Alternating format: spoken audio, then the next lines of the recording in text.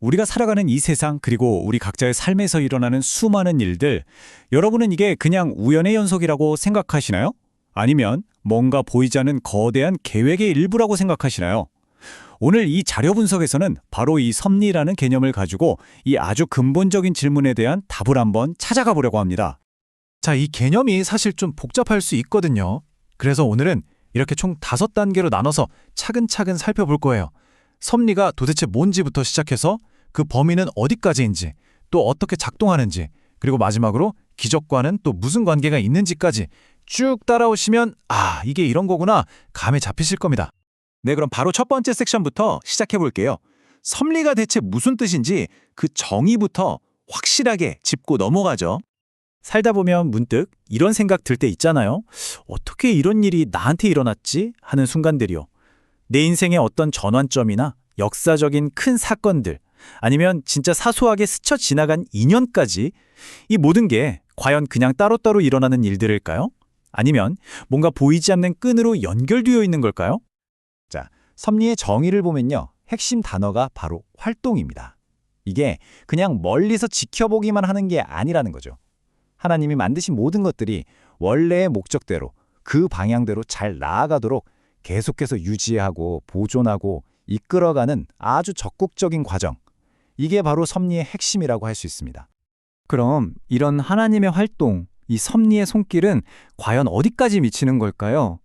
지금부터 그 범위를 한번 따라가 볼 텐데 아마 생각보다 훨씬 넓고 깊어서 깜짝 놀라실지도 몰라요. 자, 가장 스케일이 큰 것부터 시작해 봅시다. 섭리의 범위는 우리가 상상할 수 있는 가장 거대한 단위, 바로 이 우주 전체입니다. 밤하늘의 별들이 움직이고 은하계가 질서정연하게 돌아가는 그 모든 것이 섭리의 영역 안에 있다는 거죠. 그럼 이제 시선을 확 좁혀서 우리가 살고 있는 이 지구로 와볼까요? 매일 아침 해가 뜨고 또 때가 되면 비가 내리잖아요. 우리에겐 너무나 당연한 이런 자연현상 하나하나까지도 섭리의 질서 안에서 움직이고 있다는 겁니다. 여기서 한 걸음 더 들어가 볼게요. 하늘을 나는 저 새들, 또 들판에서 뛰어노는 이름 모를 작은 생명체들까지. 이 세상 어떤 동물도 섭리의 관심밖에는 없다고 해요. 자, 이제 자연을 넘어서 인간의 역사로 들어와 볼까요? 한 시대를 풍미했던 거대한 제국이 세워지고 또 사라지는 과정, 그리고 여러 나라들의 운명을 뒤바꾼 역사적인 사건들, 이 모든 것 또한 섭리라는 거대한 무대 위에서 펼쳐진다는 거죠. 그리고 마침내 그 거대한 시선은 바로 우리 한 사람 한 사람에게까지 내려옵니다. 네, 바로 여러분과 저의 삶이요. 우리가 태어나는 순간부터 우리가 걸어가는 모든 길, 그 하나하나가 전부 섭리의 대상이라는 뜻입니다. 근데 진짜 놀라운 건 바로 이 부분이에요. 섭리가 우리 머리카락 숫자까지 다 알 정도로 아주 세밀하다는 거. 이게 무슨 뜻이겠어요?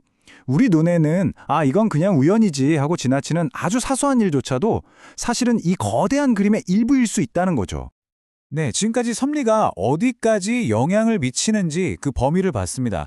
그럼 이제 섭리라는 게 도대체 어떤 성격을 가지고 있는지 그 본질에 대해서 한번 알아볼게요. 섭리의 성격을 크게 4가지로 나눠볼 수 있어요. 첫째, 보편성, 말 그대로 시간과 공간을 뛰어넘는다는 거죠. 둘째는 주밀성인데요. 이건 아까 머리카락 이야기처럼 아주 작은 디테일 하나까지 놓치지 않는다는 뜻이고요. 셋째, 주권성, 이건 그 어떤 것도 섭리의 계획을 막을 수 없다는 절대적인 힘을 말합니다. 그리고 마지막, 이게 좀 흥미로운데 허용성이에요. 이건 신이 직접 죄를 만드는 건 아니지만 인간의 자유의지 속에서 죄가 일어나는 것을 허용하신다는 좀 독특한 개념입니다. 자, 그럼 이제 가장 궁금한 질문으로 넘어가 보죠. 그래서 이 거대하고 세밀한 섭리가 도대체 어떻게 작동하는데? 하는 질문이요. 그 작동 원리를 3가지 핵심 요소로 한번 쪼개서 살펴보겠습니다. 섭리가 작동하는 방식은 크게 보존, 협력, 통치 이 3단계로 이루어져 있다고 볼 수 있습니다. 마치 톱니바퀴처럼 이 3가지가 착착 맞물려서 돌아가는 거죠.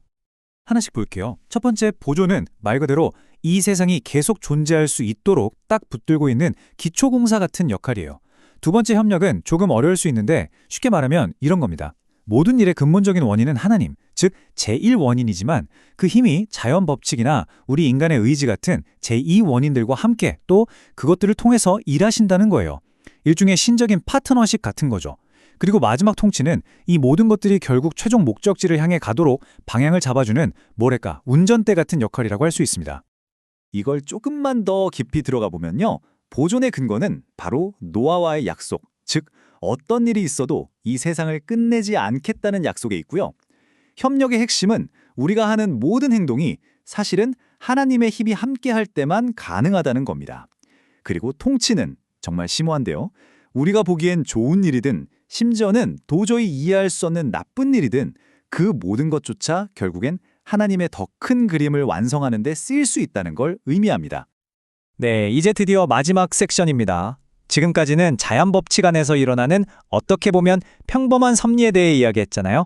그럼 이 법칙을 완전히 뛰어넘는 특별한 경우, 바로 기적은 뭔지 알아보고 여러분께 마지막 질문 하나를 던지면서 마무리하겠습니다. 그렇죠. 바로 이 지점에서 기적이란 개념이 등장합니다.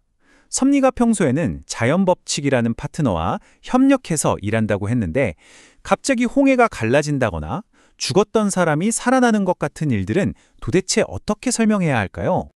자료에서는 이걸 비상섭리라고 부르더라고요.